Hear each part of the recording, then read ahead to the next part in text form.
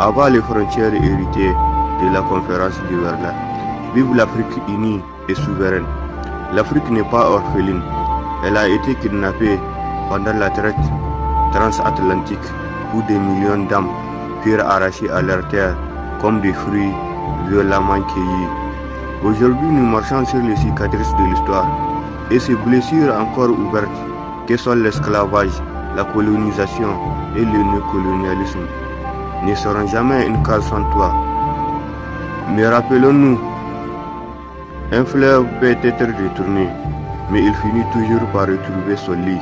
Au Burkina Faso, Sankara marchait si vite que le néocolonialisme trébuchait pour le suivre.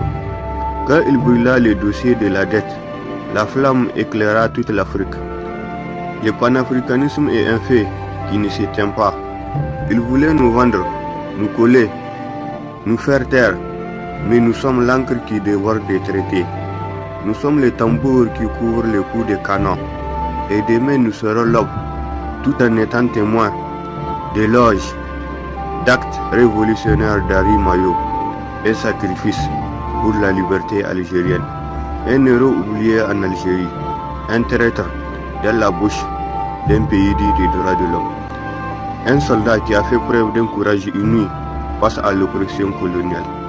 Harry Mayo, un soldat qui a osé défier l'empire colonial français en détournant un camion d'armes pour les offrir aux maquisards algériens.